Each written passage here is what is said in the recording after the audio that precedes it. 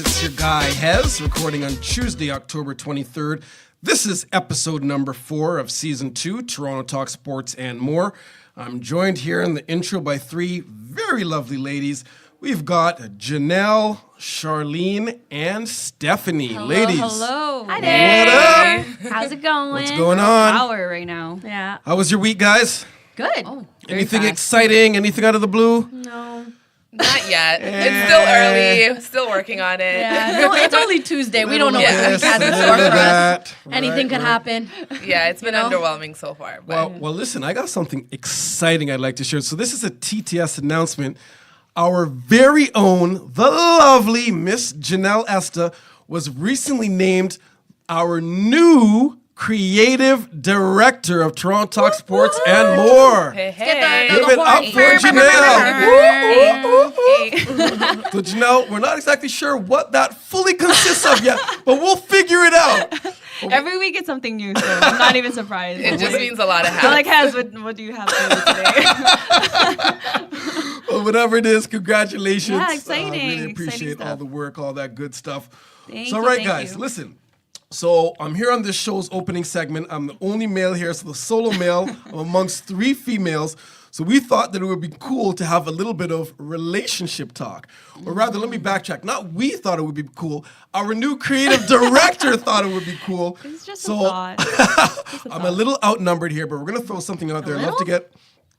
You're a lot outnumbered. Oh, okay. You're a lot outnumbered. I am significantly One woman is like outnumbered. 40. That is You're correct. done. You're right. I'm toast. I'm here. So I get no gotta That's like watch the myself ratio here. of men to women in Toronto. Men to women, 40-1. Pretty much. So here, guys, here's what we want to discuss today. And once again, topic courtesy of our lovely new creative director.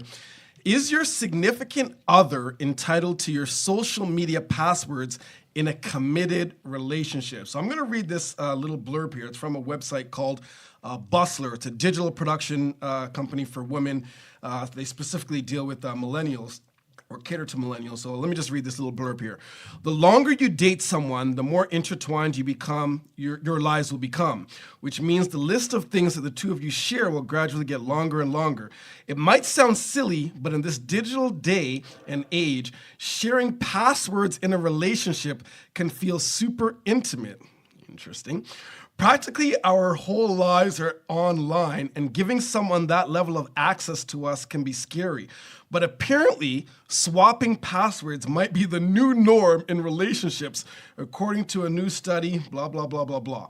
Anyway, 70% of people in a relationship apparently share pins, passwords, or exchange fingerprint access to each other's phones. What the heck is going on here?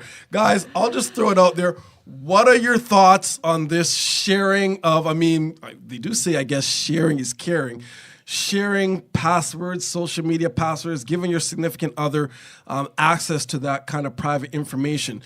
Does it help build trust in a relationship, or does it just possibly help mask insecurities? I'll throw it to probably our youngest on the panel right here. There. What's going on, Diletto? So I've been in a relationship now for about almost 2 years. Okay.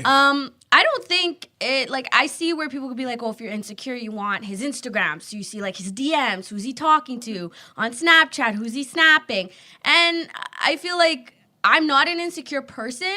I think I give him my pins and my passwords, and he gives me his just for convenience. You do have his pins. Yeah, I have his pins and his passwords. I have, on my phone, one time he lost his phone, so he logged into Instagram on my phone, so I still have it. He never deleted it, was get rid of my Instagram. I don't want you, it was just kind of nonchalant, oh, okay, well, there's nothing really to hide. And I think it does come from insecurity, or maybe you're just not comfortable. Maybe you have trust issues. Maybe you just don't trust people in general. Some people don't even tell their mom their It's totally passwords. cool. It's no issue. Yeah, I personally don't think it's an issue. I'm cool with it. It's convenience. If he needs to use my debit card for something, I'm okay, go.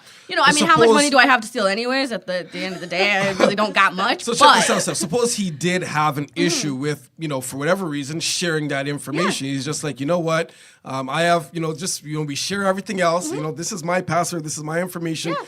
And he just didn't want to share that. Would that be an issue in the relationship? No, I don't think so. I'd just be like, okay, cool. You're not cool with that for now, or cool with it. But eventually, in the future, if you get married, obviously, Okay. then it gets more technical. Then you've got like joint accounts and you got like mortgages and it's a little bit more intertwined, like So you when you're said. married, basically, you have to You share have everything. to. Is that? You know what? You made a commitment at the altar. You're giving me your Interesting. passwords, pins, and whatever else. Your fingerprint. Well, I'm your a married nose guy, so print. I might have something to say on that, but let me throw it to y'all ladies first. Why don't you go ahead, Shar? What are your thoughts on this subject matter? So full disclosure, I'm also in a relationship, and I do not have my boyfriend's passwords, pins, Right, and he does not and have so yours. forth, and he does not have mine. How long you been with him?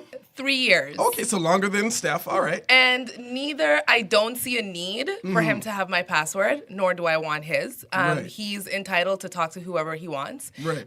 He's had previous relationships. If he ever wanted to talk to any of his ex-girlfriends, I don't really want to know. If he shares it with me, he shares it with me, but I'm going to trust that, he knows what his boundaries are, and he's committed and faithful to me, and that's how No I feel about that. insecurities, Yeah, so no- I don't really care. Like, I think you should have your own space and individuality in a relationship. I'm the person that thinks everybody needs to have their own space. And if I feel like my boyfriend was crowding me, or if he felt like he needed to know every single detail of my life, that would kind of make me feel like he's insecure, and I'm not attracted to But let me ask this, insecurity. just to So- Stephanie's point, does marriage change the game? So in other words, is that a different level of, commitment and sharing and whatnot? Would that make a difference? I do think marriage it requires a different level of it requires a different level of disclosure. Sure. But I still don't think that that's something that you need to provide. I mean, if I spoke to my husband and that's something that was important to him in our relationship, then I would totally be open to it because you get married for forever and you're there for the long haul. So if it's going to make my relationship stronger, better, then obviously I would consider it. If my boyfriend asked me that now, I would have an issue with it. Okay. Yeah, I mean, So- like, it's Better not put like a ring one- on it first. Yeah, but it's Exactly, not right? It's not like one day I sat there and I'm like, give me all your pins. Yeah, give it me just all your kinda passwords. happened. It's just It kind of was- like, okay, take my debit card. Okay, that's my pin. Okay, log into Right, Instagram. right. Okay, use the Instagram. It was never like, oh, I need your passwords. I need your pins. Like, set up your phone so I can put my finger on it. So when you're sleeping, no, it was never that. It was just kind of like nonchalantly, here you go. All right. So I don't know. Let's throw it to our creative director. Get creative with us. Well, What's up? I find that it is trust plays a huge role for sure. I actually went through this whole ordeal With the 2 ex? 2 years ago. We just exchanged passwords just to do it. He did it, I did it. I'm like, okay, let's do it. Okay. Whatever. It wasn't anything. And he got going on. busted, didn't he? No, it's not even just that. It's just that headache kind of thing. It was just like it Stress. became a mess and all this and that because we were both growing in our fields or whatnot in his sports and then with my social media modeling and stuff. So just having that access and monitoring me, I just felt like, no, it was too much. It was giving both of us a headache. And we're like, no, let's stop this because it's actually ruining our relationship. So it's just limits, like what you said, Shar, like limits and boundaries. Like I want to have that space for myself and also for him. Like if I have to feel like I have to monitor him all the time or feel like it's that trust. Like Right. And I guess it depends on every relationship is different. Everyone's different. And sometimes it could be a security issue. Sometimes it could just be, hey, we're convenient. We're comfortable with each other. We just want to share. So I'll give my perspective on this. So my wife and I, we've been married now. Oh boy, I probably should know this. Going on 13 years. So almost 13 years, 4 kids, as you guys know. So we do share information in terms of passwords. So what I've done, this is maybe a few years back, I created a Google spreadsheet. So we have a spreadsheet that has all of our pertinent information, passwords, logins, this and that. And you know the reason. And So organized. here's what it was. Very organized. Organized Oh yeah, and no, convenient. I'm very that. structured. I'm for It's a it. Google spreadsheet. my No, God. for me, it all comes down to the purpose. So the reason is, and it has nothing to do with, I want to see what she's doing. She wants to see what I'm doing, this and that. I mean, she has my stuff. She can check me out. I can check her out, whatever, this and that. You do definitely have to have a level of trust. Otherwise, what the heck is the point of being in the relationship and the marriage to begin with? The purpose behind it was really this, guys. In the event, the unforeseen event, obviously, God forbid, something was to happen. I'll just use myself as an example. I would want her to basically access my social media, perhaps to, send out somewhat of a notification to my contacts, to my friends, that maybe I'm in a particular predicament situation, 6 feet underground, whatever the Or case. you're missing. Yeah, or I'm missing. just missing, anybody man. know where Zion is? Whatever the case. Anybody seen him? So just as a precautionary measure, as a backup, that was kind of the rationale behind that. And there's other information that we have on our spreadsheet in terms of other personal stuff, but everything is there that we can access. And if we make a change or something like that, we'll go on the spreadsheet, we'll update it, this and that. Although I don't think we've updated it probably in the last little while. It might be a little outdated. So if you're listening to this, Char, my wife is also named Sharleene. I think we might need to update our spreadsheet, sweetheart. Just in case he goes missing. I love you, by the way. This doesn't make a tear. Had to He throw that in definitely there. went missing. Any last minute thoughts on this, guys? Any last minute thoughts? I like your spreadsheet idea. Yeah, I think that's very good. Sharing some wisdom with the singles. Yeah, like have a nice family Google Doc going, and you That's just it. send it to everybody. They all got the link. Everyone's on the same page. Oh my goodness, that is great. As I said, guys, sharing is caring. So Love listen, that. thanks for chiming in, guys. It was a lot of fun. It wasn't too much pressure on me being the only man here, so I hope you guys learned something. We had a good time. No debates. Everything was good. So thanks very much. So listen, guys, here's what's on tap for today's show. A big show ahead. We're going to get into the World Series. So the World Series, we're going to do a preview on that. Very, very exciting time. We got the Boston Red Sox against the LA Dodgers, so that should be a great one. So we'll discuss that. We have an interview coming up, a featured interview with the commissioner of the NBL, so the National Basketball League of Canada. We got the commish in the building, so looking forward to chopping it up with him. We're going to discuss some basketball, guys. NBA, we're a couple of weeks into the basketball season. Our hometown Raps are 4-0, so they're undefeated. Very good start to the season. We'll discuss that and a few other things. And to wrap it off with our And More segment, we have the one, the only, Mr. Senior GumBoy, comedian and YouTuber. He joins us here for our And More segment. So guys, big show ahead. Let's get right to it. Once again, this is episode number 4, Toronto Talk Sports and More.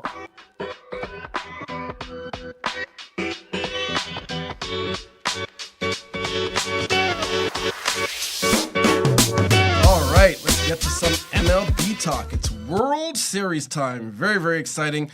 I'm joined here in studio by the lovely Miss Sharleene Osbourne. How you doing, Shar? I'm all good, thank you. Welcome back. I know you're on a little break, a little under the weather the last week and a bit there. How you feeling now? I feel amazing. I was actually really, really sick last week, so I'm really Yes, happy I remember to be here. hearing your voice. Yes. By the way, you look great. Thank you. Unfortunately, the fellas on the line, they wouldn't know that. But speaking of the fellas on the line, we got our regular baseball insiders, Mr. Adwin Springer from the 519 London area. What's going on, Adwin? What's going on, Diane? How you doing? Hey, I'm here, man. I'm here. I'm excited. It's the World Series. This is an awesome time of year. I'm ready to do this, man. And we're also pleased to be joined by Mr. NWB. But hold on. Before I bring it to you, Nii, me and Nii, we had this little thing that if the Dodgers won their last series, the NLCS against Houston, the Stros, then we would introduce Nii with the ear horn. So I'm a man of my word. So here it is. This is for you, Nii. NWB, what's poppin', brother? That's how I like to make an introduction. It's a pleasure to be back on the show. This is the best time of year, as I said last time. It's all 4 sports are on. I've picked up a bit of a cold this week, but I'm not going to let that bring me down. Absolutely not. This is too crucial. This is what it's all about, guys. So listen, the Dodgers, let's go back a little bit. They beat the Brewers in 7. Of course, the Brewers were up 2-1. The Red Sox, they beat the Stros in 5. And here we are. It's World Series Day. We're recording this today on Tuesday, the 23rd of October. Yeah, we got the Dodgers who are trying to win their first World Series title in 30 years. And the Boston Red Sox trying to cap off one of the greatest seasons in MLB history after winning 108 games in the regular season. So big game tonight, guys. We got Clayton Kershaw against Chris Sale. Break it down for us, fellas. Adwin, let's start with you. Give us your pick on the Red Sox there.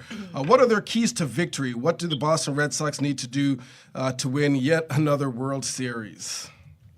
So I would say David Price is one of their keys to victory. And we spoke about him before, yep. Yep. The reason I say that is you know what you're going to get out of Chris Sale tonight. He's going up, obviously, against Kershaw. So that's going to be a pretty consistent effort from both sides. But depending on what happens, if they win or lose, obviously you need a win from David Price tomorrow. Then you can go into Game 3 with, having a split. If they win, then you go up 2 games. So it's important for David Price to pitch well and have at least 6 innings to give the bullpen some rest there. Much like he did against Houston, and I think that was the deciding factor for them as well. Number 2, they definitely got to defend and pitch against the long ball, against the home run ball when it comes to the LA Dodgers. They were second in the NL last year with home runs, and we know when it came to Game 7 against Milwaukee, that's how they were able to close that series out. Certainly. So, whether they pitch around certain guys or try not to make mistakes over the plate, it's going to be crucial for them to be successful. And then number 3, when it comes to the National League side, so when they're in LA, Martinez, Benintendi, Bradley Jr., and Betts all have to be in the lineup at the same time. So that means that Betts is going to have to play second base. It's going to be a good scenario for the Boston Red Sox because typically they're going to be down 1 with the pitcher batting anyways. So they're better off having an offensive-focused lineup as opposed to a defensive-focused lineup when they're in the National League. So those would be my keys to victory for the Boston Red Sox. I have nothing to rebut in regards to that. I like the way you broke that down, very strategic with the 1, 2, and the 3. That brings us to Nii. And yes, I just made a rhyme on purpose. 1, 2, 3, Nii. That almost needs another air horn. Oh, yeah, you know it, man. You know man. So tell us, Nii, the Dodgers, so on the other side of things, obviously representing the National League, what would you say are their keys to victory? What do they need to do to take down this, big powerhouse in the Red Sox? Well, they come in as the underdog, which is an unusual tag for them. But, Sure. but I've got 5 keys for them to get over Boston. Let's hear it. Now, the first is our starter for tonight is Clayton Kershaw, our starter for Game 1. Now, he has a tag which is unfair of struggling up in the postseason. Now, that was somewhat valid up until 2015. But from 2016 onwards, his individual record is 7 wins, 2 losses in his postseason starts, with those 2 losses being against the 2016 Cubs and last series against Milwaukee Brewers. Plus, the Dodgers have won 10 of the last 13 games in which he has started in the postseason. But the only way to extinguish this postseason slumping tag is to win a ring. So LA needs him to win his 2 starts, which will likely be Game 1 and Game 5, and they need him to help out in relief in case Boston gets hot in another game. Now, the next key is the villain of the post series, Manny Machado. Now, Los Angeles, the Dodgers are not used to the conditions and the configuration of Fenway Park, but Manny Machado has been there regularly. And he's actually got the best record of all of his visiting ballparks at Fenway Park. He's hit .278 and has hit 8 home runs and 32 RBIs at Fenway. Plus, he's 300 against Sale and Price with 6 home runs and 60 at-bats. So Sounds he's a pretty villain. good to me. He's a villain, and he doesn't care. So he's already taking pressure off his teammates with that persona, but he needs to translate that into production in games 1 and 2 and get LA off to a good start. And if Machado's the villain, then Kenley Jansen, the closer, needs to be the hero for LA. He's a third key. Big time. Now, he's had a tough year on and off the field. He had some heart issues off the field, and on the field his stuff wasn't that great. But his cut is coming back, and I can see him being the key man in the when the game dies down in the 8th and the 9th. I would take him over Kimbrel if I had to throw the ball to someone in the 9th. Okay. But he needs to get it done, because don't forget, Game 5 of the World Series last year, he blew a save. And that turned the World Series on its head. Houston was able to go on to win. Exactly. He needs to turn this season into a redemption story. Key number 4, lefties. Boston dominated Houston last series, because it was a largely right-handed lineup. Game changes against LA. Dave Robertson loves his platoon lineups, and he loves throwing in lefties. You look at the Boston bullpen, the likes of Brazier, Barnes, and Kimbrell. These three guys have decent opposing OPS numbers against right-handed batters. You throw them up against lefties, and their numbers rise. Mm-hmm. Kimbrell, in particular, as we know, has given up 4 runs in his last 5 outings. So LA needs to use those left guys and use them well. Finally, LA must hold serve at home. I'm using a tennis analogy because Billie Jean King is rumored to be joining Magic Johnson and the consortium as a partner in the next year or so. Ain't that right? But yep. Keeping this back, bringing us back to baseball, Boston is undefeated on the road. I repeat, undefeated on the road this postseason. They won twice in New York, and they won 3 times in Houston. So LA has to make their bench and get their platoon lineups right, particularly, as Adwin says, if Betts goes into second base to accommodate Martinez in the lineup. Now, Martinez is a good defensive fielder, but he's not going to be the AL MVP that Betts is. They're going to try and exploit that a little bit. Now, the pinch hitters on the bench of the Dodgers, you've got Puig hitting at .294, you've got Kemp hitting at .346. These are the guys that are going to provide the offensive support late in the game. So it's not just about having good pitching. You also need good hitting because LA likes to swing a lot. They need guys to get on base late in the game. But if LA can do 3 or 4 of those things, they could be winning the World Series. Those are some very compelling points. Thanks for sharing, Nii. Your 5 points, keys to success for the LA Dodgers. Sharleene, sum it up for us. Bring it all together. You heard from Adwin. You heard from Nii. What's your overall analysis heading into this much-anticipated World Series? After listening to both the analysis, I feel like Nii made some points that is actually in favor of Boston. I feel like LA is going to have to work a little bit harder in order to be competitive. Seeing that Boston has better hitters, more timely hitters as well. I think they definitely have more of an advantage. They definitely have the better offensive lineup. In addition to that, they always seem to be able to find a way to win games. So even if they're down, you can never really count them out because not only do they hit home runs, but they tend to get on base, I think, more often than the Dodgers. So for those reasons, I think that Boston has a better opportunity of winning. And back to a point that Adwin made that a lot of Boston's success might be up to David Price. I mean, he had this stigma against him for so long, and he finally came out and won a game, the last game with the Astros, and I think his confidence is probably boosted, which is something that he definitely needed. So I think with the result of the last game and him being as successful as he was, I think he's going into the series with a little bit more confidence, and that should, benefit the Red Sox being potential World Series champions. All right, Adwin, what are your thoughts, man? Yeah, I would agree. So, but I would say that if Boston loses tonight, that's really when David Price becomes important, because obviously you can't go into Los Angeles down 2 games. Everybody knows that.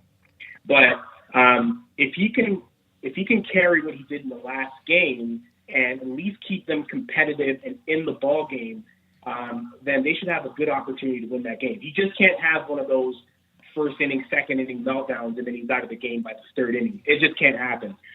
Even if they win tonight, that can't happen. But what I will say is the Dodgers are coming to play. I think this is going 7 games, personally. The Dodgers showed a lot against the Milwaukee Brewers because I did not expect them to win some of those close ball games and to stay in there defensively, to stay in there with their bullpen. And they did that because that's not even really necessarily their game. Their game is what we saw in Game 7, even Game 6. But they were able to hold on and bring the series back to Milwaukee. So they showed a little bit of resilience there that I think is going to come in handy when they're playing a team like the Boston Red Sox. And they'll definitely need it. They'll definitely need it. So you touched on, the Brewers there, Adwin. Going back, you did, I believe, say in our last episode, I think, let's go back, guys. If we need to pull up the tape, we'll pull it up. in terms of predictions. What was your prediction for that series again, Adwin, the NLCS? Remind our listeners. I think it's important to understand What had happened was... And I believe I might have the most predictions so far. But no, my prediction was Milwaukee. That's why I'm saying the Dodgers showed that they're not a one-dimensional team. No, absolutely. That makes them extremely dangerous because typically their game was run and gun. They've got good throwers. They've got guys who hit the long ball and get RBIs. But they play defense.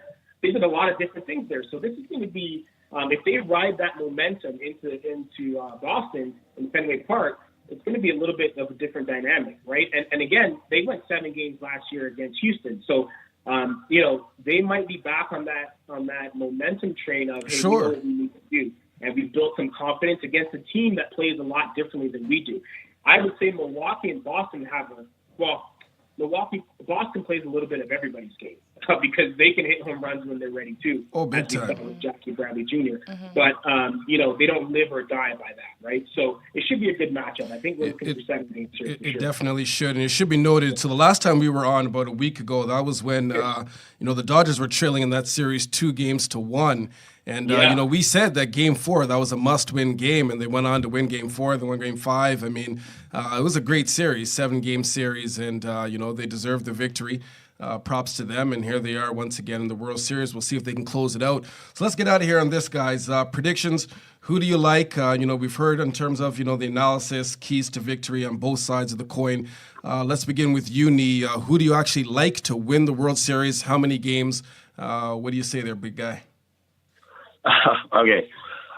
I'd like to see the Dodgers win the World Series because they'll be the first team to win the World Series after losing the year before in the NL since the 1944 Cardinals. However, Stats, I love it.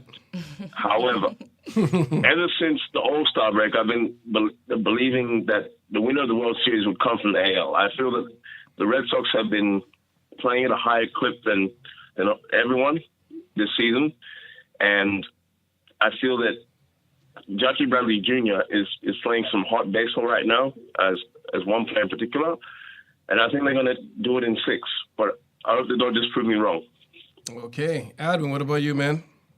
Yeah, so I also would like to see the Dodgers win, believe it or not. I think it'd be a good story for Dave Roberts and Magic and everybody else. But I do believe that the Red Sox have the versatility to compete, but I think they'll take it in 7 games. Okay. You like the Sox in 7? Yep. All right. You're up, Shar. What do you say? So I would have thought that I would be going with the Red Sox simply because they have like Mookie Betts and Jackie Bradley Jr. and they're just a well-rounded team, but things never seem to work as expected in baseball. So I'm going to go out on a limb. Okay. And I'm going to disagree with you guys, and I'm going to say maybe there's more heart for the Dodgers to win, and sometimes that goes a long way. All right. So I'm going to go with the Dodgers. How many games? 6. Okay, like the Dodgers in 6. Okay. Yeah. So, guys, let me give my prediction. As you guys know, I'm a Dodgers fan. It's my second favorite team in the league. My favorite team out there in the National League. I'm with you, Nii. I actually, as much as I want the Dodgers to win, and it's my team, this and that, Magic Johnson. That Red Sox team, they're just a powerhouse. And even hearing you break down their keys to victory there, Adwin, I agree. And I think they'll follow through on a lot of that. I like them winning in 6. I really don't see it going 7. They're just a dangerous team from top to bottom. So many things have to go right on the other side, in my opinion, for the Dodgers to win 4 out of 7 games. I just don't see that happening. Anything's possible. And as you said, Shar, it's unpredictable. That's why, they play the games. Anything can happen. I definitely hope I'm wrong. This is one prediction I definitely hope I get wrong. But I just think Boston, the season that they've had and how they played, especially, their last series there, they just seem poised to win it all. But we'll see what happens, guys. It all begins tonight, Game 1 of the World Series at Fenway. The Red Sox and the Dodgers should be a great series. If indeed it does go to 6 games, Game 6, from what I can recall, will be next week, Tuesday. So we're in studio. We're back here on Wednesday. So we'll see if we have something to talk about, maybe a potential Game 7 coming up or whatever. So we'll keep it locked here. TTS, guys, thanks for joining us once again. A lot of fun. World Series begins. We'll keep it locked. Toronto Talk Sports and more.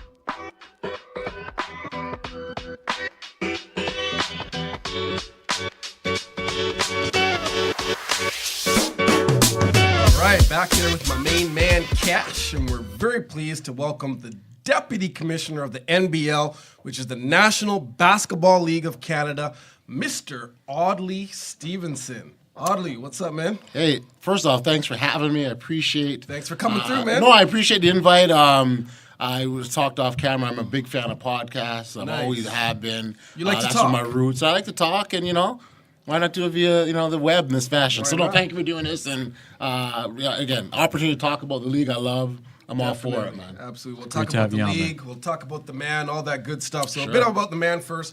Audley Stephenson, a.k.a. the Odd Man, has been an energetic ambassador of NBL Canada since the league's inception in 2011. He was unanimously appointed to the position of Deputy Commissioner by the Board of Directors in October 2017, so a year ago. Stephenson is the third Deputy Commissioner in the league history, and he stepped into his role after serving 6 seasons in a variety of different capacities, such as public relations, communication, content, strategy, plus other internal roles within the league. Audley's also a Toronto native, and he's a father of 3. He's the founder of the Odd Man Media, which is a brand that produces digital stories on sports and urban culture. Looking forward to hearing more about that.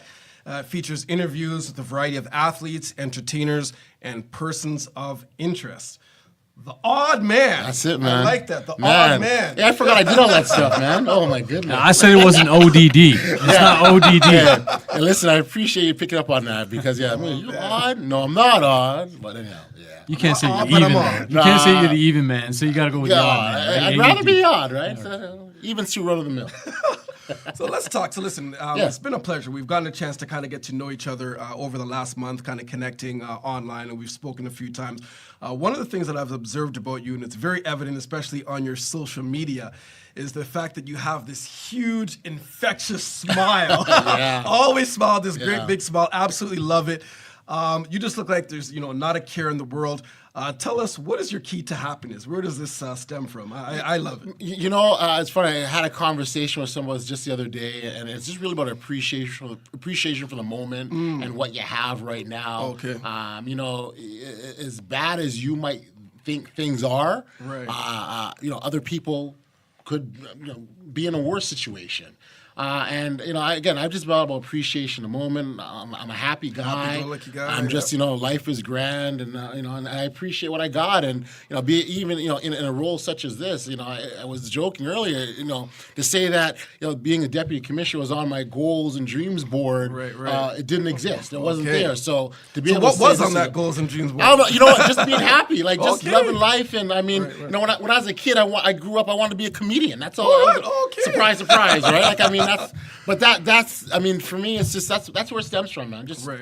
enjoying life and being happy and love it, appreciating the people around you, and obviously spirituality is a piece of that as well, Very and my nice. background, and so all these things sort of feed into kind of who I Everything is am. Man. connected. Yeah, Awesome. absolutely. Love that. So you grew up here in Toronto. Yeah, Toronto native. So tell us a little bit about your upbringing and your family life right now. Yeah, family of 4. My parents are originally from Jamaica. Okay. My mother emigrated here in the early 70s. I was All right. born here. I'm an island man There you myself. go. All So you right. know what Good time stuff. it is. All right. You know what time it is. Montego Bay. My folks are Okay. from Montego Bay. Okay, all right. Yeah. My uncle's still down there. He's That's all right. uncle in Moore Okay. Bay. Very But nice. that was grew up Toronto, downtown Toronto.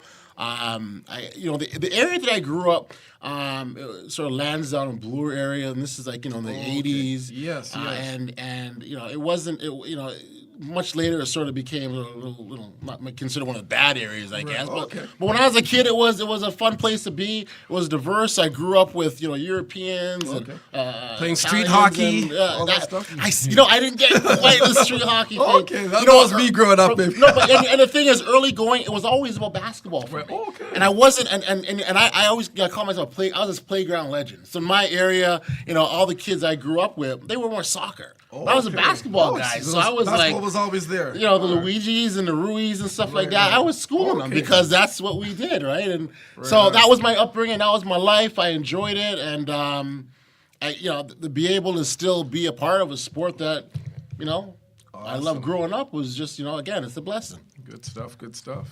So perfect segue into that. You just said you were a basketball junkie at that time, and you know, you've described yourself as that in the past. So you also took on a job at the ACC back then, just so you can just be part of basketball. You know what I mean? So I've always been a big believer is putting that, you know, putting what you want out there and kind of the universe sort of thing. Sure.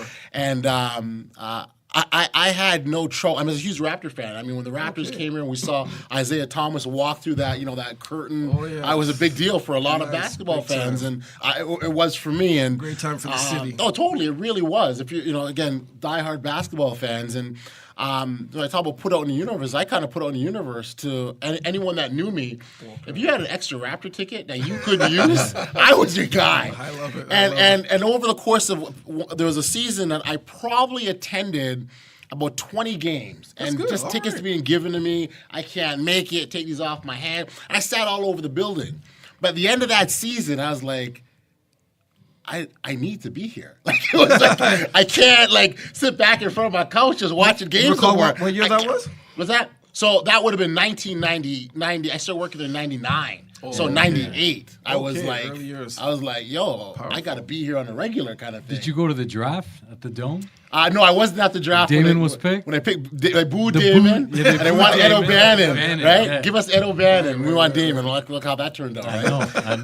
But I mean, for me, it was like, how can I ensure that this happiness and this joy and elation I was feeling of being at this game live continued? Right. Yeah. So I just applied, and I was an usher. And I worked there in total for about 15 years. Yeah. Wow. I was And an it's usher. funny you're saying that because a lot of people now, just to get into basketball, Yeah. will take on jobs Yep. that perhaps, hey, they may be overqualified for, is. maybe Get your underqualified, foot in the whatever, door, just to yeah. get in the foot in the door. So from your standpoint, being in the basketball industry, what advice would you give to someone trying to make it through to the industry? You know, it's funny, and I'm glad you asked that question because I spent a lot of time even talking to young people about you know their career and future, what we want to do, and that is one of the things that I talk about is being open. Yeah. Being open, not sacrificing, right? Like in terms of, well, I'm going to do this and sweep floors. No, you know, you got to have your limitations in terms of what you want to do. But be open, be clear what you're there for, and let people know. I hear from a lot of people that will come to me and say, I want to work in basketball. Great. What do you want to do? I'll do anything. Well, what do you want to do? Help me understand. Because if I've got 100 things on my plate, I'm a busy guy. Right. I got 100 things on my plate, and the last thing I need to do is plan your career path. Like I'm not Plan your own, yep. So you need to come with an idea of what it is that you want and what do you think I can help you with. Right. And I'm open to doing that. Right. But you've got to do some of that work yourself. And so those sorts of things I talk about young people about. You know, for myself, I walked into NBL Canada in year one as a volunteer. And I came in as a volunteer because I was just so excited at the fact that my city, my country, had a pro league. And that was 2011. Well, yeah, 2011. Well, first year was 2011. Yeah. And so I was just excited that we had a pro league, and it was real professional basketball. Right. And I came in with all sorts of ideas of what I saw, where I could jump in, and how I can help. And because I had a podcast previously, I translated what we were doing in the podcast world, brought to NBL Canada because it didn't exist. And so I found my niche. I found my spot where I can fit in and say, you know what, this is perfect. And that's kind of what started for me. Okay. So you know, be open, right? So certainly take risks, but know what you want, Right. and take the time to figure out how you can best help me. Because sometimes I might have a problem I don't even know exists until someone brings it and says, "Hey, by the way, you don't have someone that does X, Y, and Z. I can do that. I can be that guy." Right. So I think I think those really sort of important things when we talk about getting your foot in the door and get started. Well, certainly, I think that's great advice. And now you're dealing with issues. Let's talk about your current league right now Yeah. with the NBLC. NBL. So 10 teams with teams in Ontario and also teams out east. Yep. Including the recent expansion of the Sudbury Five. Super excited. Which is great. And in order to continue the growth of the league, I'm sure that's the goal. That's the ultimate goal. Yep. We talked about that off cam. I was going to say off cam. We are on cam off right here. now. But in order to... I know. But to continue the expansion, have you ever thought about expanding out west, or are you in a situation where, hey, let's just deal with what we have in store right now and then deal with expanding the league? Yeah, it's actually both. Deal with what you have now, and also look at westward expansion. Okay.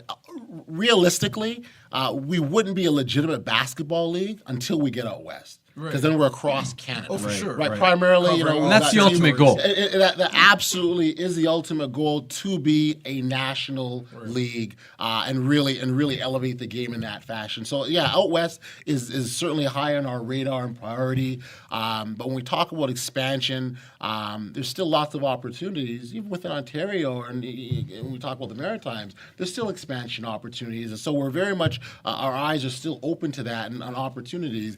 It's got to be the right one in terms of the right community, the right fit, the right ownership group. Right. All of those things are key elements to having a successful franchise. And logistics and finances play a part. Huge. In all those decisions. They're huge, right? Good old dollar. So, Cash mentioned, from the top there, 10 teams in the NBL. Yep. So, for our listeners and our viewers who might not be too familiar with the league, where are these teams? Tell us, list those teams for us. Yeah, skill testing question. Absolutely. Can the commissioner name Put you all to 10 the teams test. in this league? Not that I had a drum roll or something like that. No. So we've got the London Lightning, probably the most successful team in our league. Okay. They've won, their championship count is up to 4. Yes. That's right. So we're entering into our 8th season. They've picked up 4 out of the 7 previous championships. Impressive. The Windsor Express, they became back-to-back champions. So let me back up. London is one of the founding teams in our league. The Windsor Express came on board in year number 2 of our league. Okay. They've won 2 championships since joining. The KW Titans, Kitchener-Waterloo, they're entering into their 3rd year with our league.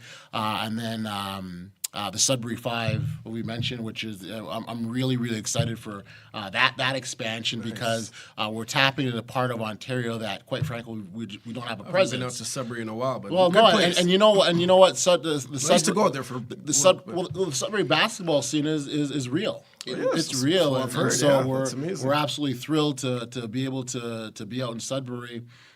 It's got to be great to see that growth in those communities, though, right? Because you don't think about, we think about the Raptors. Oh, for sure. We say, hey, it's Toronto, but you see Sudbury and Moncton, these Kitchener, like these type of cities, like to see that, it's great. The strength of our league, is our presence in the communities. It's very much a grassroots approach. So, if you're not in Moncton, New Brunswick, where the Moncton Magic play on a set, if you're not there, you may not necessarily have a full understanding of the impact of the team. Right. Our players, if they're not practicing, if they're not going to games, or if they're not playing in games, they're in the schools, they're in the shelters, they're in food banks. They're impacting the community in some way, and that's really the mandate of all our teams. We need to be present, and so when we talk about when you're not in the community, you may not be as familiar, but when you're there on a Saturday night in Moncton, New Brunswick, there's only one place to be. Yeah. Right, so that certainly is a strength of what we're really proud of. Did you get through the list? I know we cut you there. I'm stalling here to buy some time there. I think I threw him off there, man. So we will accept your answer. All right. It's good. So I gave you Sudbury, I gave you London, I gave you Windsor, I gave you KW. Did I give you which other one did I give you in Ontario?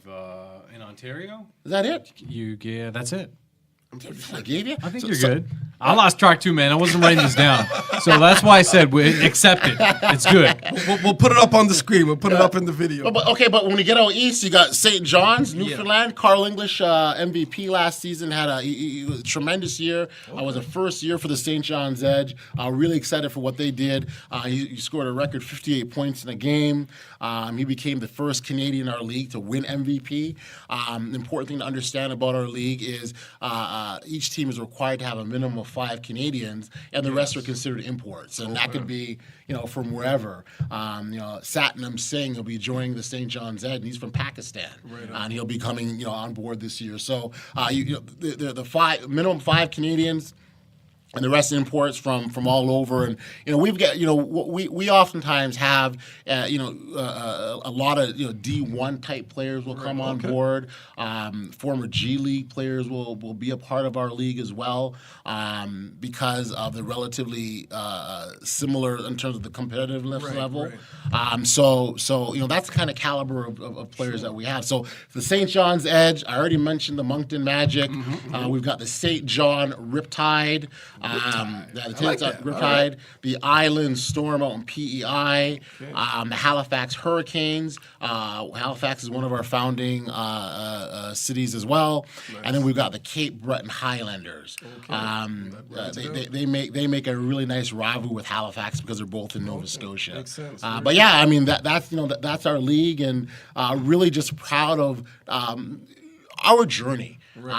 We've gone through an evolution, and I think that evolution is a good thing. You grow. You look at the origins of the NBA, and people forget that the NBA is as global a phenomenon as it is. It started somewhere. The origins, they went bankrupt. They have. I can remember the NBA finals being tape delayed because I Dream of Jeannie had to air at prime time.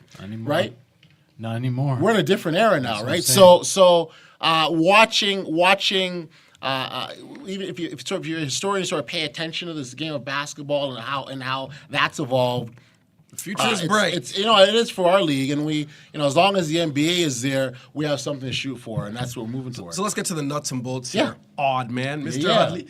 So as a fan, a basketball fan, just a regular fan, perhaps living in the GTA or wherever across our province or just across the country of Canada, why should somebody pay attention? Why should they watch an NBL game?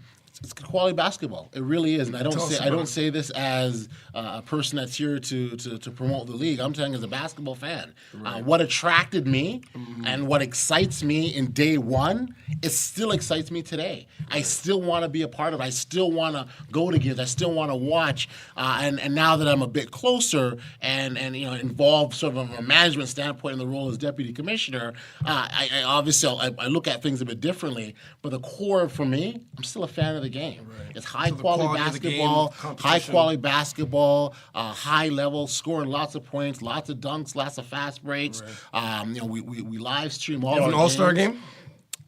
We haven't done an all-star game since our third season, so we don't have an all-star game. But when we talk about sort of the quality and the excitement level, it's the community engagement. Of course, I'm telling you, it's an incredible. For me, I consider it an absolute blessing to be a part of. Awesome, excellent.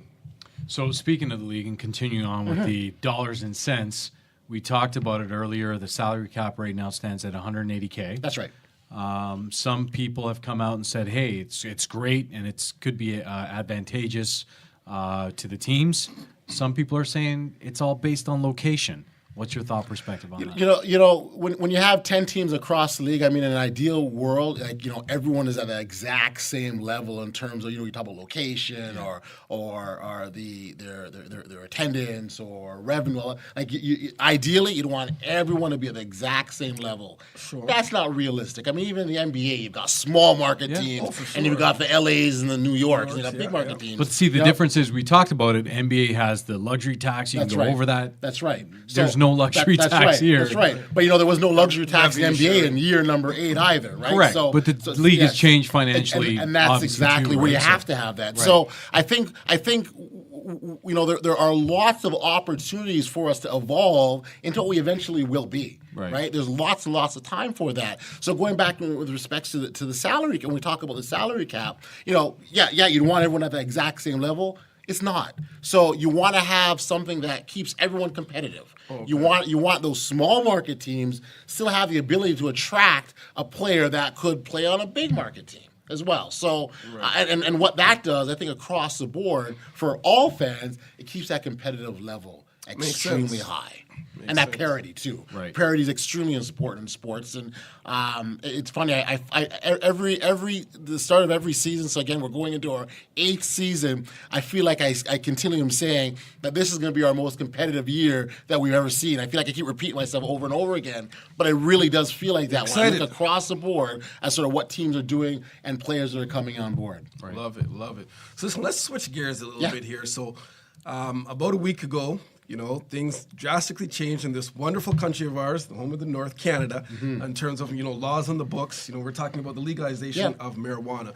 So just as a man, first of all, commissioner aside for a second, give us your perspective on this, change. Where do you kind of stand there? And then as far as the league goes, how in any way does this new law, or will it affect your players? I don't know if there's if it's a banned substance or whatnot. So talk to us about your thoughts on the legalization and how it potentially would affect your league and its players. Yeah, so from a personal standpoint, the first thing that when this conversation started to really ramp up about this, on this topic, for my first thoughts was taking me back to when during the era of prohibition, when alcohol was illegal, and when that transition to making it and the government and regulating and things of that nature, it was like, wow, this is what it must have been like. All the uncertainty, all the questions, all the what's going to happen, and it really must. I feel this is what it was like. Personally, I think at the end of the day, people will choose to, make whatever choices they want for themselves. I would encourage that they do so responsibly. For sure. I think that's really the key in all this, and that's what I would really say to anyone. It's not a lifestyle choice for myself personally, but I can't wrong you or begrudge you for something that you choose to do. Quite frankly, now it's legal. So. It's kind of it's what's in front of us now, and we have to accept it. So in terms of the implication on your league, for us, our league, we still have a strong image that we want to maintain. I talked earlier about our players being active in our community, and certainly it wouldn't be a good showing if you've got players that are high in schools. Like that's not what we want. That's not the image we want. So certainly we've got some policies that we're refining, and because it is considered a banned substance. So it is a banned substance. Yeah, that's what we do test for it. Absolutely. Random tests? Or? Yeah, that's right. Teams are required 2 random tests over the course of the season. Okay. But for us, we'll refine some of our policies around expectations. Okay. But again, the reality is, as a professional league, we've got an image to uphold. We've got perceptions are very important. And again, I just think of that image of a player, going to school high. I think especially in a league that's trying to grow and get that more, build attraction, right? Absolutely, for sure. Right? You need that, and any small hurdle potentially that comes in the way could be a distraction, right? And you don't want that. So. And then what happens, unfortunately what happens, is a narrative takes place about what's happening off the court and moving the focus away from the game of basketball. Absolutely. I mean, the most important thing that when I look at sort of what our league does, it really helps elevate the game of basketball. In our way. Steve Nash going into the Hall of Fame is helping elevate the game of basketball. Watching the national team and the success that they're having at the men's and women's level is elevating the game of basketball. And that's quite frankly where the narrative needs to be, where the focus needs to be on. So things like that, it's unfortunate when the conversations become other things outside of the game. And that's bound to happen, of course. I mean, and so we would rest rather that it doesn't. We want we want the focus to be on the game that the game that I love. Right, that's what I want to see elevated. Right, definitely. So before we wind down here, just want to get your perspective. Winding down, man. All good things must come to an end. Our show, man. Man. Just to get your perspective on this, Audley, you did say huge Raptors fan. So just curious, 4 games into the season, what are your thoughts on just quickly on the start of the Raptors? Isn't it as exciting? I mean, the obviously new coach, new star player. I knew everything, but I mean, look. So the dawn of a new season is always optimism, high level optimism for what's to come. And when you talk about what we've seen Yes. thus far, the way that they played, the insertion of Kawhi Leonard, the refocusing of Kyle Lowry, the young players. So the Raptors always had a relatively strong bench. Sure. And when you look at what Nick Nurse has done as head coach. It's almost like he's re-energized this bench. I love the way now he's come out and like, look, man, we're gonna have a bunch of different starting lineups, and we're gonna mix and match, and we're gonna adjust accordingly. They now have the ability to go big if they need to. Right. They can go small if They've they been need defending to. well. Defensive. I mean, watching what they've done defensively, and obviously a guy like Kawhi Leonard, 2-time Defensive Player of the Year, and playing. When you talk about defensive play, it's almost infectious, right? Oh, for sure. Right?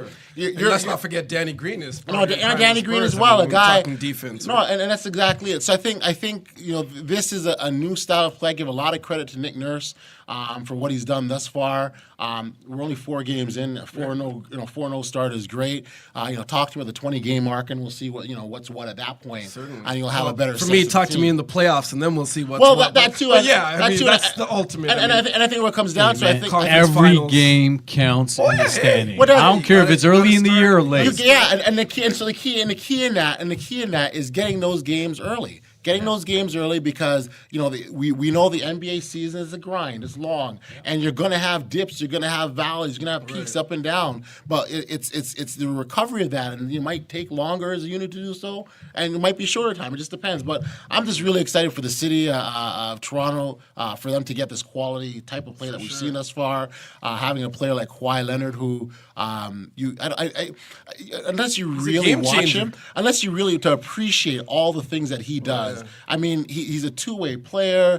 He can shoot. He can pass. I mean, watching his playmaking ability has been fantastic. Hey, listen, we're talking about Kawhi going at 75%. Yeah, and that's the thing. He's still rusty. And there you go. That's what I'm apparently saying. This guy's still rusty, and he's still got stuff to work off. And I want to see him at 100% because then we're talking stuff, right? That's it's an exciting time for Raptors fan. I'm can't wait to see where it goes, and I like the ride, and I encourage fans to jump on board. Go Raps, go! Absolutely. So listen, let's get you out of here on this. We're gonna play a fun little game as we wind down here. It's called TTS Rapid Questions. Okay. We love to do this with our special guests. I'm gonna ask you. Y'all didn't tell me about this one. No pressure. Oh my goodness! All right. I'm gonna ask you 10 quick questions, rapid answers. Let's do it. You ready? All right, let's go. All right. What did you eat for lunch today?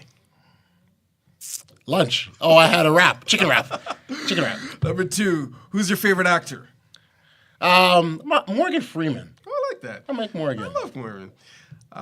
Favorite season of the year? Fall. All right. Who's the best player in the NBL? NBL. Oh man, I found the wrong one. Guys gonna kill me. Let's pass on that one. Let's pass that out. We'll come back. I was trying to get that on video. Yeah. Let me tell you something, man. I'm the commissioner of the league. I can't show biases, man. Come on, man. All right, we'll skip that. Let's go. So this, just to touch on what we just finished talking about, the Raptors, let's get a prediction on record. How far will the Toronto Raptors go this year? So we're talking playoff-wise. How far will the Raptors go this year? Eastern Conference Finals, minimum. Okay, I like that. Number 6. Who is your celebrity crush? Ooh. There's a couple. There's a few. One. Well, you know what? Santa Latham. I've always can't go wrong with Santa No. Latham. Always was a fan of her. Always was a fan. Let's say Santa. Okay. We're Santa. Santa. Good. All right, number 7. What are your children's names, and which one of them is most like you? My eldest daughter, Vanessa, my second daughter, Jaleesa, and then my son, AJ. Mm-hmm. And honestly, I can see me in all of them. It's crazy. Okay, so it's so crazy. Like, you look at them and the way they respond and talk, and they're like, man. And they're all basketball freaks. So. I love it. Good. I love the names. Good names. All right, number 8. A little bit of soul searching here. What's one thing that you would like to improve on as a person? Improve on. Good question. Thinking on the spot. That's one flaw, Mr. Perfect. Yeah, no kidding. Can we pass on that one? Let me think about that one. All right. Let me think about that All one. right. As I say, decisiveness. We'll take that. Number 9. What's your favorite sport to watch other than basketball? Baseball playoffs. Okay, baseball playoffs. And we are in the midst of the baseball playoffs World Series right now. And number 10, this one is funny. So I don't know if you watched our interview with Tracy Murray. We had Tracy Murray on a few weeks ago. T for 3. Okay, My guy. So check us out. So we're going to ask you the same question that we asked him in our last rapid fire. And I want to hear it from you. What sound does a hyena make? What Tracy say? He said he wasn't going to answer. No, don't say anything. Come on, man. What sound does a hyena make? Oh, I gotta imitate that sound? Tell us. We want to hear it. What sound does a hyena make? Yeah.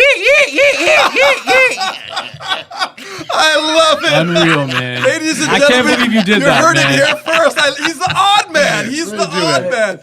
So listen, before we officially wrap up, I know Cash has one more question, and then we'll bring everything to a close. Go ahead, man. I just want to ask you, Thanks a looking lot, bro. ahead. That was great. awesome. That was good. I want to ask you, looking ahead, man. We Yeah. didn't ask this.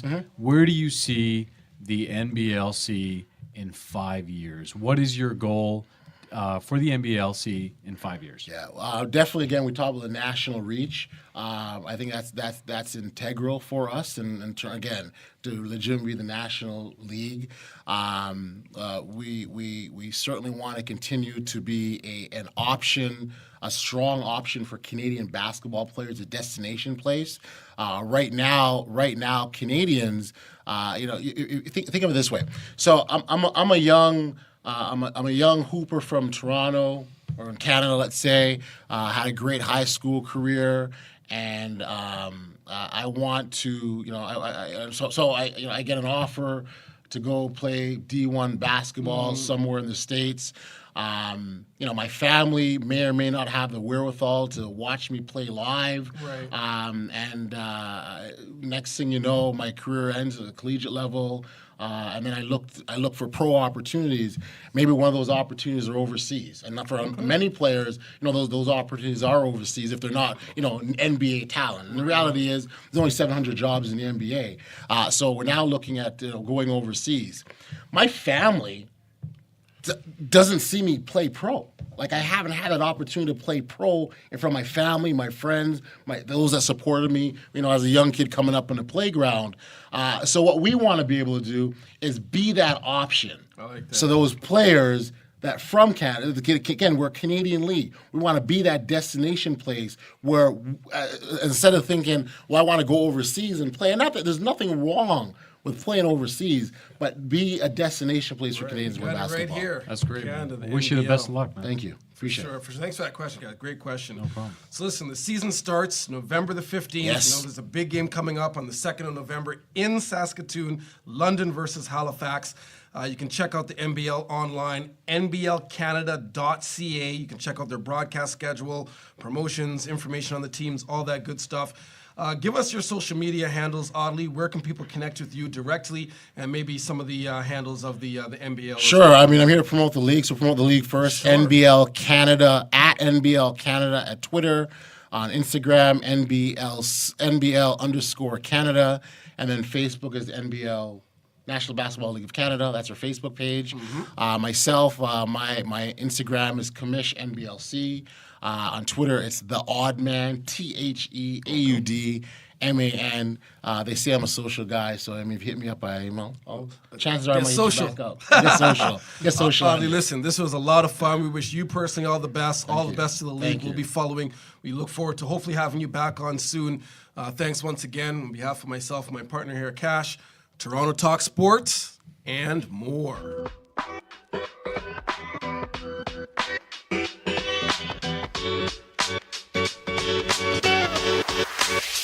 Welcome back to Toronto Talk Sports and more. I'm Kashif Arshad, along with our regular contributors, Sharleene and Steffaney. How you guys doing? Good. Thank you so much for having me back. Excellent. Look forward to this conversation right Should be here, interesting. Sharleene. Hey, how's everyone doing? Excellent.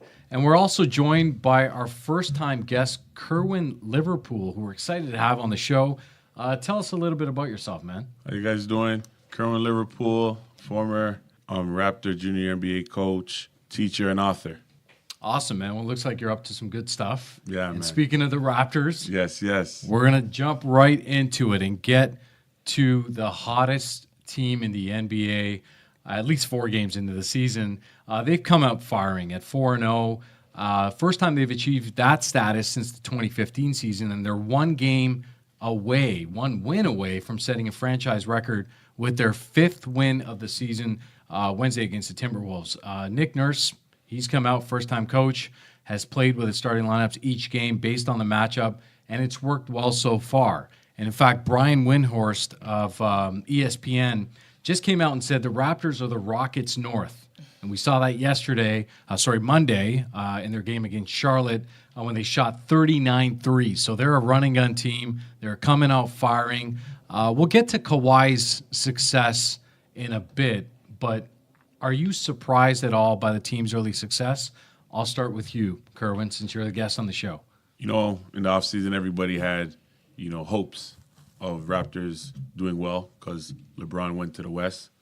But getting Kawhi, everybody has high expectations, realizing, and now that he's healthier, gaining that health, but realizing that there's only one way to go, all the way north to the finals. That was the expectation That's it. that the team had. I mean, I'm just saying, to come out 4-0 with a new coach and to have this success, again, is it surprising? I think it is surprising. I think nobody coming into this season expected them to do this well, especially because looking at the preseason, we were also worried about personalities and whether Kyle Lowry was going to come in strong or if he was going to be like, meh, still kind of ticked off about the whole drama. You weren't sure how the older players would take to Nick Nurse. You weren't sure how this team was going to mesh, and surprisingly, it's working. Lowry and Kawhi look like they have a great relationship. Danny Green fits in well. He's pumps up Norman Powell on the bench because I've been at a couple games, and he really gets the guys going. He's got a great personality, a great attitude, and both him and Leonard look like they're so happy to be here. And I think a lot of that success comes from the atmosphere in Toronto. I think the fans, the first game, the home opener, they were screaming, yelling. They've already been chanting MVP chants to Which Kawhi. Kawhi said was too early. Yeah, Kawhi said it was too early, but he appreciated it. He's like, you know what? It gets his confidence up. He's looking around saying, I have this entire city behind me. I'm not alone in this. And, that's good for us, too, because if he's comfortable, he's going to stay, hopefully, fingers crossed. So, he looks comfortable. The team looks great, and I think it is very surprising that they are doing well. But when you look at stats, Kawhi Leonard's a great player on both ends of the court. And yes, he's coming off an injury of a year, and he's not at his 100% right now, like they're saying, which is scary because he's still very good. So you'd like to know what he looks like at 100%. Still a little slow, still a little rusty, but I think once he gets his legs back and he's really forcing it ahead, he's going to be great. I think this team has a lot of potential. And to see that cohesion with Kawhi and Danny, they obviously had that from San Antonio, but to bring that to the Raptors in such a short amount of time is pretty impressive, Sharleene. It just shows that they're real professionals, right? Sometimes we take it for granted that sometimes basketball players really are professionals and they take their job seriously. I didn't expect them to come out with such intensity so quick, and I didn't think that they would be playing as a cohesive unit so quickly. I didn't hear much about Kyle during the offseason, so I wasn't really sure if he would have been in tip-top shape that he came back in. So for me, that's been the biggest surprise, is how well Kyle is just dominating the court. And he continues to be the leader of the team. Yes, we knew what we wanted from Kawhi, but Kyle just continues to show that he is the leader of the Toronto Raptors, and I just expect great things from them. And that's an excellent point because Kyle's come out on fire this season. Absolutely. He's averaging Nuts. 22 points and 10 assists. Through the first 4 games. Kawhi Leonard's averaging 26 points and 9 rebounds per game. Yeah, he's missed 1 game that they played in Washington. Yeah. But the fact that those two star players, all-star caliber players, have played to this level this early in the season, that cohesion, that's got to be something that the That's Raptors huge. saying, you know what, this is great that we're seeing this. Yep, 100%. And I think Masai Ujiri, as terrible or great as it sounds, he made a high-risk move, and he's seeing the reward. So everybody's kind of looking now going, you know what, we were kind of ticked off that DeMar's gone, but Look at the working out outcome. well. Yeah, We're working out 4-0. well. Yeah. The city's on fire. Everybody's Yeah. so excited. And we just hope that this goes further than the Eastern Conference because we get in that rut, and we're hoping we don't see that from this team this year. And the Raptors have prided themselves on building their team on character, right? And Kerwin, I'll throw this to you. Based on the character of the team that you've seen thus far, with the leaders like Danny Green, Right. and now Kawhi, and now even Kyle Lowry. I mean, Kyle's the natural leader of the team. How do you think that's played a part so far with chemistry? I think with the leadership and the chemistry, championship pedigree. You have two people that you got, Kawhi and Danny Green, won championships, and now they want to be here. They want to play and they want to showcase. And a lot of times from our previous trades, you always come and they come to play and they always get injured. So you don't get to see that. But right away, Danny Green's giving his impact. Kawhi Leonard's showing his impact. And already from jump, you see the leadership and the results. And it's funny, speaking of results, we're not even talking about Jonas Valanciunas and Serge. Serge Ibaka. I mean, these two guys, like but during the Yeah. playoffs, it was like, man, when are we getting rid of Serge? When are we getting rid of Serge? These two guys in this offense have played pretty well. I agree. I was watching the game. Was it last night? I was watching the game and I was like, damn, we have a really good team because everyone just seemed to have been stepping up to the plate. Serge Ibaka last year, towards the end of the season, he wasn't really doing much for the team and he wasn't living up to his salary. But he's been playing so good and he's been such a great part of why they've been winning games. So everyone that's been on the team, they're doing their jobs and it's such a deep bench that I think that's also going to help with injuries because you don't need to exhaust the players. You saw that Kawhi had the night off, but still, they were still able to, squeak out a win. So I don't know. I just think they're playing really well together and everyone is right now, at the moment, they are playing to their potential, I think. So. And it's funny, you're talking about the bench. We haven't even talked about DeLon Wright. Ugh, No, I So- know because he's been injured. He's been Injured. hurt. What's his right? timeline? So he's expected back hopefully soon. I don't know exactly game his or two, timeline. maybe, Yeah. But roughly, he's yeah. expected back soon. I mean, FEV has held his court so far. OG's come off the bench and done his thing. Pascal's, Right. doing what Pascal does Yeah. best. So the bench, I don't think they're playing to the bench mob of last year. No, Yeah, I don't I think it'll because Nick Nurse has done a really good job at rotating everybody, rotating starting lineups and making sure that it's not the same starting lineup every night. And I think that's why that bench mob sort of atmosphere isn't there because sometimes you got Jonas Valanciunas on the bench, but then some nights you've got Ibaka on the bench. So it goes back and forth, and that's not a bad thing because it gives one guy a rest, he comes out with confidence the next night, and then one guy gets a rest and he comes out with confidence the next night. So I think that rotation is doing very well for the team, and that's something that Nick Nurse has definitely done a really good job at. And Nick's said it best. I mean, he said, listen, I'm going to be playing with the starting lineups all year. Yeah. Like, there is no starting five. And he talked about joking about the game operations crew, saying, hey, I'm not going to know who's starting in advance. It's worked. He'll 100%. base the adjustments based on matchups. Yep. And so far, it's been so good. I'll tell you what the biggest test is going to be.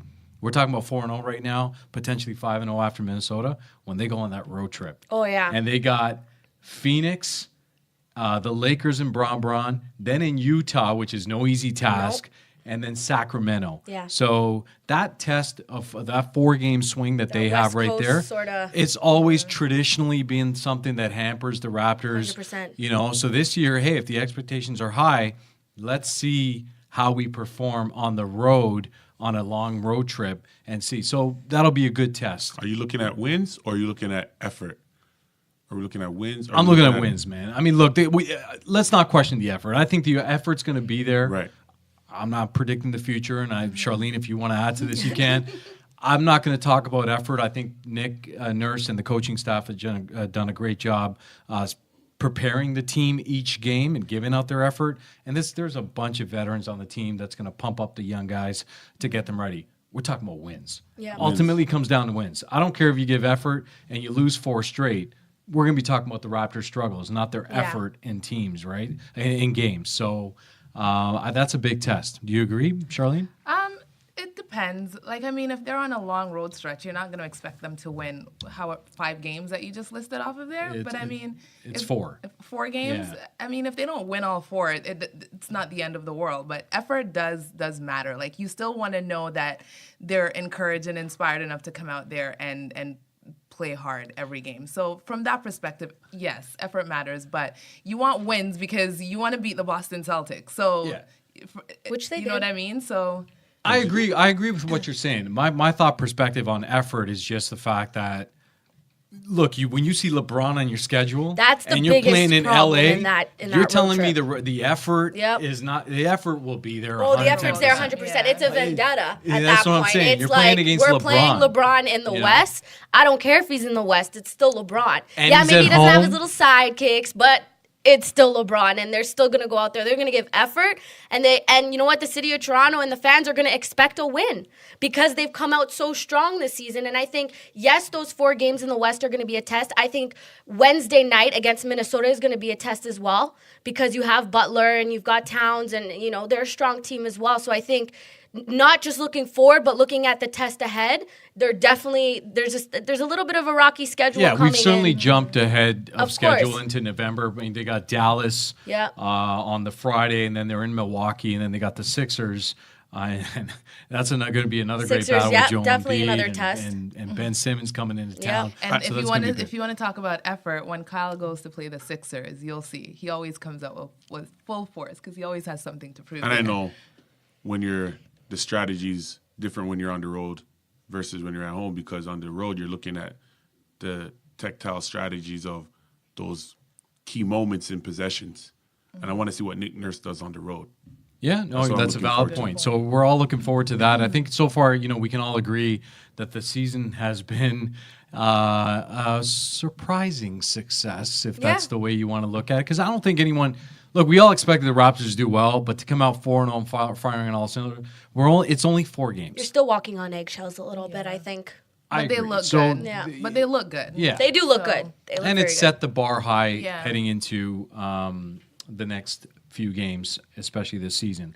All right, switching gears to the West. Oh, Lord, here we go. Lakers, Rockets, the brawl, the big brawl. Anybody see that? You guys Oh, saw yeah. the How brawl? could you not see it? It I saw it was on all Instagram. over. I saw it on Facebook. I think my Everywhere. grandma retweeted it. Like, it was everywhere. So Brandon Ingram initiated a scrum with Chris Paul after getting bullied all game. In the fourth quarter, things came to a blow. Rajon Rondo allegedly spit in Chris Paul's face. There were a couple of shots I think I saw on Instagram or something where there was a slow-mo of the spit. Yeah. So again, I'll say allegedly. I don't want to, accuse anyone of anything. And they end up going head-to-head. Ingram came out of nowhere, attempted a punch at Paul, and that cost him 4 games. Chris Paul got 2, and Rondo got 3. Do you think the suspensions were right, or the NBA let the players off lightly?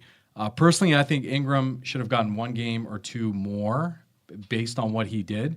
And the suspension to Ingram is the longest for an on-court incident since April 2012 when Meta World Peace, that time with the Lakers, received 7 games. And ironically, Meta World Peace said, I don't think any of the players should get suspensions. This is coming from a guy with this is coming from, Yeah. he should get no suspension. 100%. So the irony in all this is that Chris Paul, also involved in the altercation, he's the president of the NBA Players Association. How interesting. Isn't that More crazy? layers, Just more a little layers. more ironic that Mayweather was in the crowd as well. And he Mayweather was, just, like, was in the clapping. crowd. He's just So when like, things are meant to "Yay!" be, things are meant to be. But do you Yeah. think it was a good call by the NBA to suspend the players, what they did, or did they lose out on that one, miss out? Yeah, I mean, you can't be brawling on the court. Like, I mean, if somebody spat at me, to be honest with you, I think I would throw a few punches too. By me deciding that I'm going to punch someone out for spitting at me, I'm also at that moment deciding that I'm going to deal with the consequences. So if you suspend me for 1 game, 2 games, whatever, I'm going to take it because I'm not just going to sit back and have someone. That's nasty. And yeah, he deserved to have been punched. I think that because what initially happened was apparently Rondo spat at Chris Paul, and then Chris Paul got his finger in Rondo's face, and he was kind of pointing at him, and he's like, no, don't do that. Then that's when Rondo kind of got hyped up, and he came in with the swing, and then Chris Paul was trying to defend himself, and then LeBron gets involved because, it's LeBron, and he always has to get involved somehow, and it just became this whole mess, and I think that what the NBA gave them was fair. Ingram, I think the reason he got, 4 games you said? The 4 games was because it was very hard to tell whether he was yelling at the ref in such an aggressive manner or was because James Harden was standing behind the ref. And I think that was something that they were trying to check out. Yeah. To check out. Yeah. They weren't sure who exactly he was yelling at. He got very aggressive. He was yelling where there was spit coming out of his mouth. He looked like he was going to turn into the Hulk. So I think the 4 games, he didn't throw any punches. He shoved Harden quite hard, but I think the 4 games was a little excessive for Ingram. As for Rondo, I think he deserved it. You think it was excessive? I think it was a little excessive. I don't he didn't punch anybody per se. He did shove Harden quite hard, and he did supposedly yell at the ref and or Harden at the same time. But I think the 4 games was a little much. I think it was frustration built on the foul that was called, and there was just a whole bubble. And then I don't know how Rondo and Paul got even into the whole. It was just messy. The whole thing was just very messy. Everyone's questioning the fact that Paul ended up getting in Rondo's face. Yeah, and they're like, and hey, then, what would you do if somebody was in your face? But what would you do if somebody spit in your spat face? at you? I would poke him in the face too, and I'd be like, don't do that. Yeah, your thoughts? I'm not mad at Chris Paul. You're just chilling, man. If someone spits at me, it's gonna be a brawl. Right? There you go. That's just uncalled for. Yep. And for Rondo to do it where you might not see it, and slow-mo cameras are catching it, and it goes viral, you're on the hook. Yeah. As for Brandon Ingram, you gotta support your man. I'm 100% with Brandon Ingram. Whether you're wrong or you're right, he's my teammate. I gotta have his back. And he said that. He said that. I think yesterday after practice, he was asked about it, and he came out and said, "Look, I'm going to support my brothers. Yeah. You know what I mean? No matter what it is." And you expect that from a teammate. Being old school though, one game, take some money out of their wallet, and come back the next day. But 4 games. Yeah, but I think the NBA is just trying to, create Set a standard. Because it's the beginning of the season. Absolutely. So to It's minimize early in the those year. things, You don't want it to escalate. You don't want other teams. And it was opening night too. Yeah. It was opening night, right? So I was like, already? Here's the thing, though. I think with the Lakers and Rockets, we know what their expectations are. They faced Golden State last year in the finals, in the Western Conference Finals. I mean, the Lakers, perhaps they're trying to set the tone that, hey, even though we got a young team, we got Bron here, we're not going to be run over, right? No. So Ingram to come out, he's a young guy, with Kuzma there, with Lonzo there. Lakers are maybe setting an example as well, saying, hey, we're not going to be bullied in the West. Yeah. He's the Western version of Charles Oakley. Who's that? Ingram? He's a little too. He's got to put on a little bit of bulk to be like, oh, little skinny for that, but definitely. But I think, and they're going to be playing each other a lot more too. So so it'll be very much anticipation coming the next couple games. Which actually funny too, which I read about was Rondo's girlfriend shoved Chris Paul's wife after the fight, so they got into their own little brawl after everything had kind of settled down and accumulated. I guess there was still some sort of frustration, like, hey, don't, whatever. So I thought that was quite funny. I was picturing the wives, housewives, and I'm just thinking of a little cat fight off, but it had everything to do with a basketball game. I just thought it was hilarious. I read that earlier today that's what had happened. Was there any video evidence? No, there was no video evidence. It was just an article that Rondo's girlfriend had shoved Chris Paul's wife, and I was like, "Oh, how exciting!" Well, they're going to get to see each other a lot more in the West, and it's going to be a great battle between those two, and Golden State involved as well, and hopefully you get some good matches down the stretch. So the NBA season's off to a great start. There's lots to talk about. Thanks so much for joining us, Sharleene. I appreciate it, Steph. Thank you. Or what was the nickname again? Oh, Steffi. Oh, You Steffi. can call me Steffi. Call me. Yeah, it's fine. Okay. And Kerwin, pleasure to have you on, man. Appreciate it. Tell us a little bit about yourself and what you're up to. I know you were saying you were with the Raps. How about now? Right now, we're published author, The Rise from Poverty to Prosperity. We have a potential big announcement coming up shortly. But now just working as a teacher and running camps and clinics, giving back to the next generation. Good, man. Good. Well, we wish you the best of luck here from Toronto Talk Sports. Your handles of where people can reach you on social. Website, www.kerwinliverpool.com. Instagram, @KerwinLiverpool. Twitter, @KerwinLiverpool. Awesome. Well, listen, connect with Kerwin. He's up to some good stuff. We'll be back on Toronto Talk Sports and more.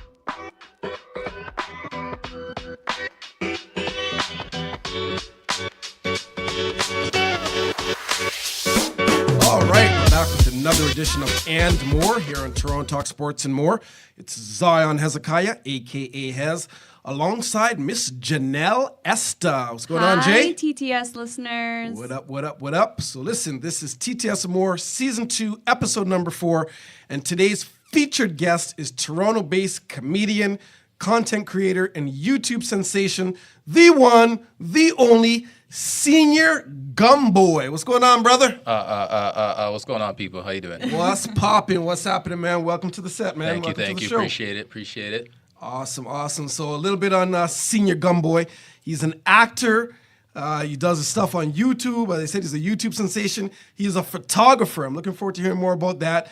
He has 50K on the gram, 120K on the tube on YouTube. A lot of stuff going on. Super talented brother right here. Yeah. So listen, I want to begin with this. Yeah. I got to begin with this, bro. Okay. The name, the stage name, GumBoy. Because I know your mama don't call you GumBoy. I know that's not what your name at birth. Where did you get this nickname from? Where did GumBoy come from? My mom will usually call me Dirty Wretch or something. She's upset, one of those ones, Hi, Mom. Love you, Mom. Oh, man. Big up, mother. Right?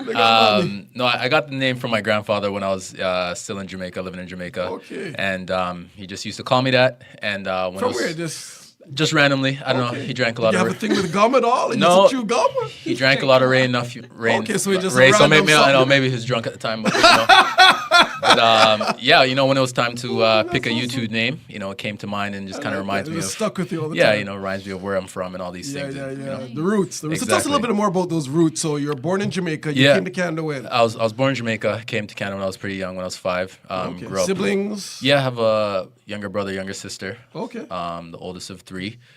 Grew up pretty much in the east side of the city, of Toronto. Scarborough. Shout out. All right. I'm Scarborough as well. I live most of my life in Scarborough. All right. Scarborough Town Center. Cheap Tuesday movies. You know what it is. Yeah. You know how we roll. Kennedy Station. Right. All right. Patties. You know what it is. Oh, man. That's awesome. So when did you find out you were funny as you were growing up?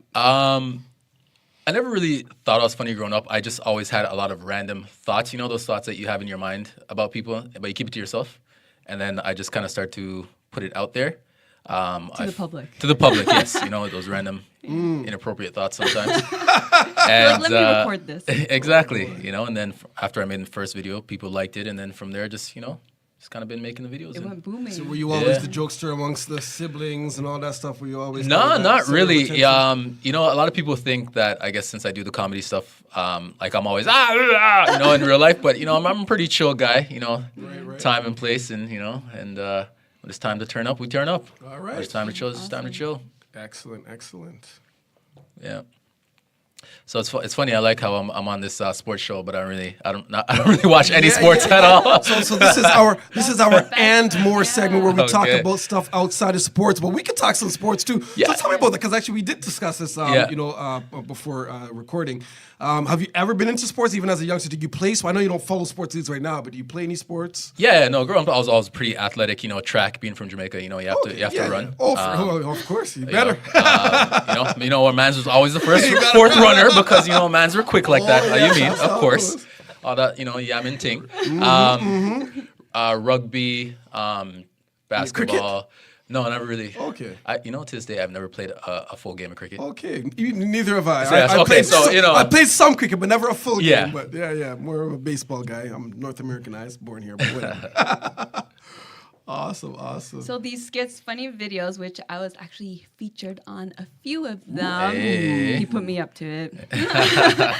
So you can watch those videos on our Instagram pages. But so for those that are not familiar with you, can you tell your audience what brand of comedy you do like? Yeah, I do a lot of Caribbean content, so like the islands, Jamaica, Trinidad, Barbados, all of that stuff. It's kind of going back to your roots. Yeah, and of course, do it for the city, some Toronto content, and I also try to throw in some content, that makes people think,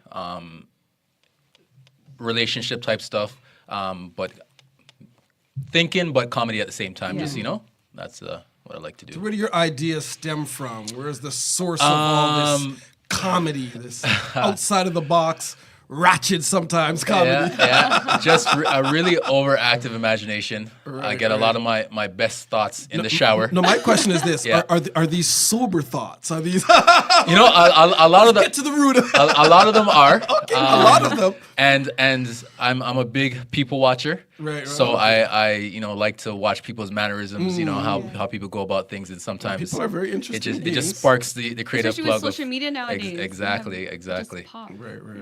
Right. Very good. Any inspirations in terms of other comedians at all that? Your style is obviously very unique, but anybody that kind of comes to mind that you? Dave Chappelle, I think is dope. Nice. Huge. Eddie Murphy.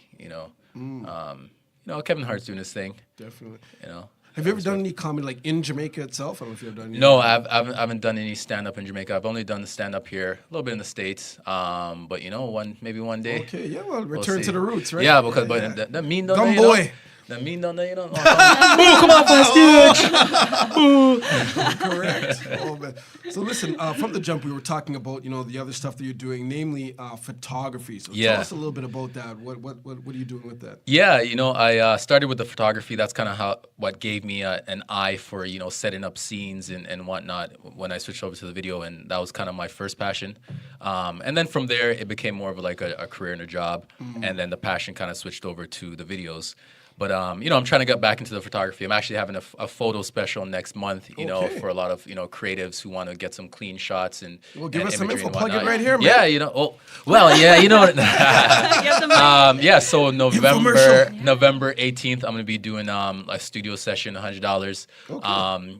It's gonna be, you can either do like a white backdrop or I'm doing it at a gym. Okay. So you can do like a gym fitness theme, so people can choose and just have a little fun. All right, we'll plug that on our socials as well. Yeah, come check it out.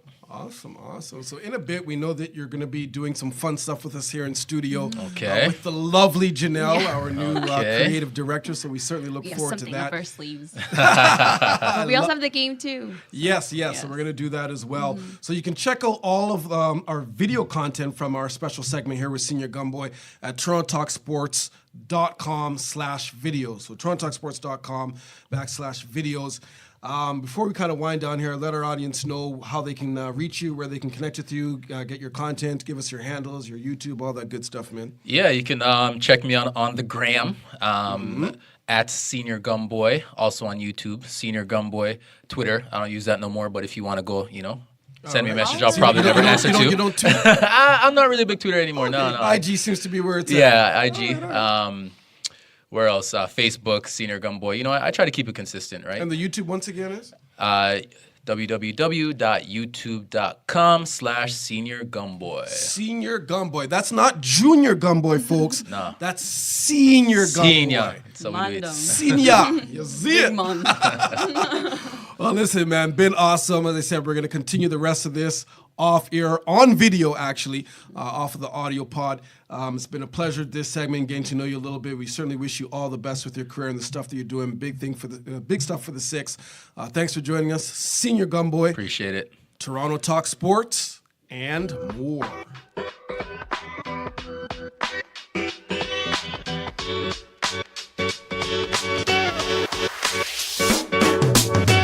Great show today, guys. That was a lot of fun. Thanks so much to our guests and first-time contributors for joining us.